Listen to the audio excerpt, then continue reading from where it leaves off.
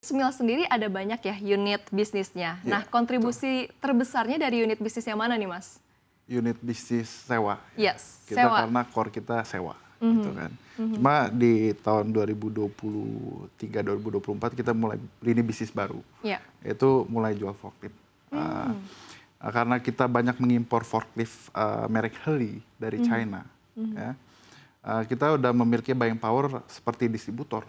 Jadi why not kita sekalian jual. Gitu. Itu lini bisnis baru yang kita sedang jalani, dan itu mungkin juga bisa jadi salah satu kontributor mengapa kita bisa growth juga di tahun 2025. Karena ada lini bisnis baru, yaitu penjualan forklift. Oke, artinya sudah mulai diversifikasi nih ya Mas ya. Tapi ke depannya Mas, yang dari diversifikasi itu, yang paling kira-kira cerah gitu, itu yang mana nih Mas? Masih rental. Masih rental Masih ya? rental. Oke. Karena memang trennya ke depannya akan perusahaan-perusahaan besar mulai rental. Karena memang lebih efisien gitu, secara operasional ya. Dan untuk tren ke depannya juga yang menarik akan banyak perusahaan-perusahaan menggunakan green energy, yaitu forklift lithium juga, forklift elektrik. Itu juga lebih efisien, dan sekarang juga secara performance udah lebih bisa dibilang udah sama atau bahkan lebih bagus daripada forklift diesel. Oke, I see. Nah, Mas Winston, saat ini kan pemerintah ini lagi banyak-banyaknya di berbagai daerah gitu ya. Kita sekarang punya KEK atau kawasan ekonomi khusus gitu ya. Nah, ini juga jadi peluang, Mas. KEK seperti KEK di Batang gitu kan, kawasan ekonomi khusus. Ya, betul. Itu menjadi pendorong juga untuk bisnis kami ya. Karena itu ibaratnya membuka kawasan ekonomi baru yang artinya perusahaan-perusahaan dari domestik atau dari asing akan membuka pabrik-pabrik dan mungkin gudang-gudang baru yang eventually bakal membutuhkan forklift. Ya, di mana ada growth kebutuhan forklift ya pasti ada kita juga. Oke, nah penjajakannya selain di Batang, di KEK mana lagi nih Mas? KEK Batang, ada kemarin order di KEK Morowali juga. Ya, so far sih di Batang sama Morowali. Oke, nanti kedepannya pasti akan menjajaki KEK yang lainnya, karena banyak sekali Mas sekarang. Iya, betul. Itu sangat-sangat bagus untuk growth perusahaan kami juga. Oke, nah Mas Winston, ini kan Direktur Utama begitu ya, menambah kepemilikan saham sebanyak 20 juta lembar. Apa yang menjadi tujuan dari aksi ini Mas? Ya, mungkin beliau, ya bisa dilihat kita tiap tahun growth. Memiliki potensi yang besar, marketnya juga ini bisa dibilang growing terus, dan estimated to grow in the next, I don't know how many years gitu kan. Ya itu saya rasa yang dia lakukan, ya dia pede dengan perusahaan kami, dan pede dengan market di Indonesia ke depannya, makanya dia melakukan aksi korporasi tersebut. Oke, nah ini kan labanya oke, growth-nya juga oke. Untuk peta persaingannya sendiri seperti apa sih, Mas? Spill. Lumayan tough lah. Lumayan tough. Kalau secara kompetitif, secara harga tough. Karena banyak perusahaan-perusahaan baru, mereka bisa dibilang semua orang bisa buka forklift rental. Tinggal beli forklift terus disewain. Tapi nggak semua orang bisa maintain service level yang tinggi, seperti yang kami bisa maintain.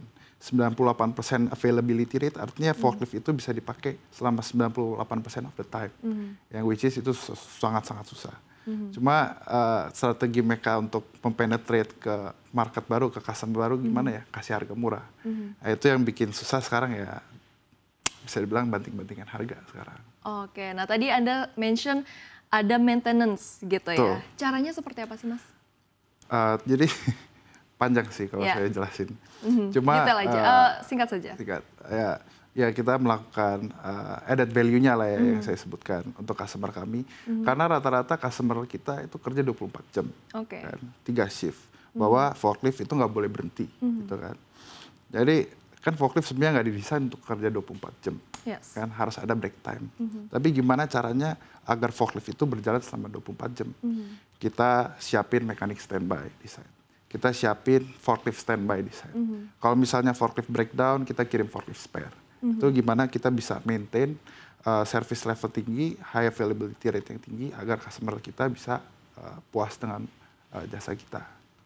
Oke, nah tapi saya penasaran nih Mas Winston, ke depannya kira-kira manajemen akan ada aksi korporasi apa lagi nih? Ya saya nggak bisa bocorin di sini. Oke, nah untuk transformasinya ini ke depan seperti apa sih? Kan sekarang ini kan EV lagi menjamur begitu ya. Nanti apakah akan ada rental EV juga atau seperti apa Mas Winston? Rental EV forklift ya. Oke, yes. Rental EV forklift ya kita sudah lakukan sih sebenarnya selama 5 tahun terakhir. 5 tahun terakhir ya? Kita udah mulai dari 2020 dan steadily growing sampai sekarang. Dan bahkan sekarang populasi forklift elektrik kita bisa dibilang udah lebih banyak daripada forklift diesel kita. Karena tiap tahun kita membeli forklift listrik mungkin 80%, 20% forklift diesel. Karena dari customer kami juga menuntut untuk menggunakan forklift elektrik. Karena ya target agenda dari pemerintah kan net zero by 2050 betul. ya. Yes. Jadi ya banyak perusahaan sekarang mintanya pakai forklift elektrik, itu satu alasan. Keduanya lebih murah juga. Lebih murah ya Mas ya? Ya, lebih murah. Nggak perlu beli diesel. Nggak perlu beli diesel. Efisiensinya bisa sekitar 80%. Berarti secara bisnis ini bagus ya Mas ya? Bagus, bagus. Itu win-win antara kita dan customer kita. Win-nya untuk customer, mereka pakai elektrik lebih efisien di bidang energinya, nggak usah beli diesel, bisa efisiensi 80%. Dari bidang kita, karena forklift listrik lebih mahal daripada forklift diesel, harga sewanya otomatis lebih tinggi. Walaupun marginnya sama, tapi kan setidaknya ada gap, ya lebih banyak dikit gitu. Oke, ini menarik. Tapi kalau secara maintenance Mas, lebih susah nggak sih untuk maintenance si forklift EV ini? Untuk apa lebih mahal nggak sih? Karena kalau tadi kan diesel nggak usah beli diesel, tapi listrik oke lah, murah gitu ya. Itu actually a good question ya. Sebenarnya kalau kita ngomongin maintenance itu sangat kompleks ya.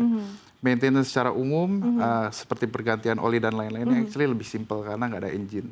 Cuma untuk maintenance spare parts seperti controller, motor dan lain-lain itu kalau rusak mahal. Yang bikin susah itu kalau rusak mahal dan kadang spare partnya nggak umum gitu. Kadang perlu inden ke supplier dan ini itu segala.